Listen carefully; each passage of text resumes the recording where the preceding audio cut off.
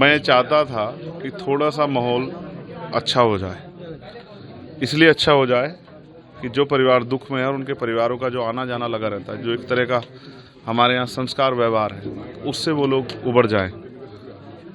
लेकिन ये सच में बहुत तकलीफदेह है और मैं आपको स्पष्ट रूप से कहना चाहता हूँ। मैंने उनसे पूछा कि वो क्यों जाते हैं वहाँ, तो वहाँ वो इसलिए जाते हैं क्योंकि उनको लगता है कि जो गरीबी है, बेबसी है, लाचारी है, बीमारी है और जो परेशानियां हैं उनके जीवन में, वो बाबा जी के आशीर्वाद से ठीक हो जाएंगी, इसलिए जाते हैं वो लोग। अगर उनको एक बार एहसास हो जाए कि ठीक नहीं होगी, उनकी जान जा सकती, तो कभी ना जाएं। मैंने उनको आज कहा है कि वो समझें, पढ़े लिखे लोगों को समझना पड़ेगा कि बाबा के पास जाने से नहीं, बाबा साहब अम्बेडकर के विचारों पर चलने से ज़िंदगी में बदलाव होगा।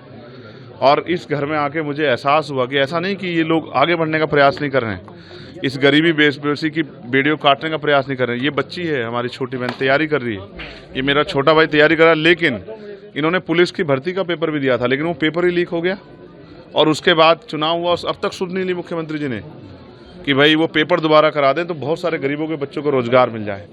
ये पढ़े लिखे नौजवान मेहनत कर रहे हैं, प्रयास कर रहे हैं कि इनको रोजगार मिल जाए, लेकिन कोई भर्ती नहीं आ रही है और जो भर्ती आती है उसमें घोटाले हो जाते हैं 69 शिक्षक भर्ती की तरह, या पेपर लीक हो जाता है। तो ये क्या करें, गरीब गरीब बना हुआ है, अमीर अमीर हो रहा है। देश में जो हो रहा है वो किसी छिपावा नहीं। अब आपकी तरफ से क्या आश्वासन? मैंने उनको विश्वास दिलाया कि जो अभी सत्ता में जो बैठे लोग हैं उनको ये सोचना चाहिए कि 2 लाख 4 लाख रुपए में नहीं होता। इस परिवार जहाँ मैं बैठा हूँ, इसकी 5 बेटियाँ हैं और उसकी जिम्मेदारी और 5-6 बहनों की है।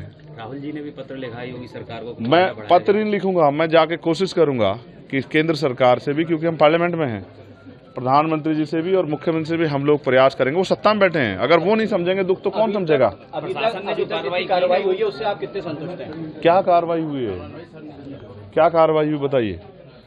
सबसे पहले तो सबसे ज्यादा जिम्मेदारी ये है कि जो परिवार टूट गए हैं उन परिवारों को पैरों पे खड़ा किया जाए। इसके लिए सबसे पहले उनको जो है ना एक उचित मुआवजे की व्यवस्था होनी चाहिए थी।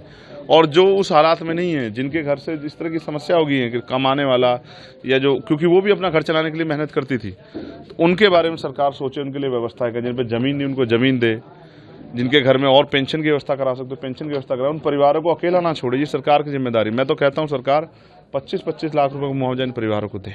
क्या लगता है बाबा पे भी FIR होनी चाहिए? सिर्फ बाबा पे नहीं, हर उस व्यक्ति पे जो इस घटनाक्रम में शामिल हो। सबसे पहले इसकी CBI जांच होनी चाहिए।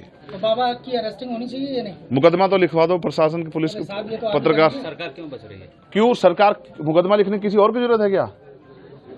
बताओ ना। सबका साथ सबका विकास की बात करने वाली इतनी बड़ी घटना पे चुप्पी सरकार की, क्या समझ आता है? अपोजिशन पार्टियां भी कहीं ना कहीं बाबा के नाम लेने से बच रही हैं। नहीं, हमें किससे बचने की जरूरत नहीं है। मैं ये कह रहा हूँ कि जांच हो, जो दोषी हो उस पर सख्त कार्रवाई हो, और अगर भविष्य में कोई भी ऐसा हो, किसी भी धर्म का हो, तो शासन प्रशासन आंख बंद करके घरों कमरे अपने दफ्तरों में ना बैठे। क्या ये इंटेलिजेंस का फेलियर नहीं है? क्या ये LIU का फेलियर नहीं है? क्या पुलिस और प्रशासन का फेलियर नहीं है? क्या ये वो इसके जिम्मेदार नहीं है? अगर उन्होंने उचित व्यवस्था की होती तो आज इतनी बड़ी दुर्घटना नहीं होती। तो मैं ये कहता हूँ FIR भी दर्ज हो और जांच हो कि ये किस तरह से हुआ, और जिन अधिकारियों की लापरवाही उन पर भी कार्रवाई हो। क्योंकि अगर आयोजनों में, इस तरह के आयोजनों में लापरवाही बढ़ती जाएंगी तो फिर इसका खामियाजा ऐसे ही मौत के तांडव के साथ जनता को भुगतना पड़े। सांसद जी, इसकी न्यायिक आयोग जांच कर रहा है, आप सभी परिवारों से मिलने, पीड़ित परिवारों से, क्या आप भी पक्ष रखेंगे इनका मजबूती से? बिल्कुल रखूंगा। मैं तो पार्लियामेंट में इस विषय को उठाने वाला हूँ कि 120 लोगों की जान अहमियत रखती है। और जिन अस्पतालों में आप गए, मुख्यमंत्री जी बहुत वादे करते हैं, तो बताओ अस्पतालों का सच ये है नहीं कि अस्पतालों में ताले लगे हुए थे और नहीं थी कोई डॉक्टर, ना कोई व्यवस्था, ना कोई दवाई? ये सच है या नहीं है? इसको भी स्वीकार करने की हिम्मत जुटाए मुख्यमंत्री। या बस पीठ थपथपा के काम चल जाएगा, केंद्र स्टेट की पीठ थपा, स्टेट केंद्र के बारे में वाहवाही कर देगा। सच बताओ कि अच्छे अस्पताल नहीं है, अच्छे इलाज की व्यवस्था नहीं है, प्रशासन एडमिनिस्ट्रेशन का और पुलिस का फेलियर है, और सरकार जिम्मेदारी ले और 25-25 लाख रुपए मुआवजे की व्यवस्था इन परिवारों के लिए करें। और जो बच्चे बेरोजगार घूम रहे हैं उनके लिए भी रोजगार की व्यवस्था करें। ऐसा भी मुख्यमंत्री को सोचना चाहिए।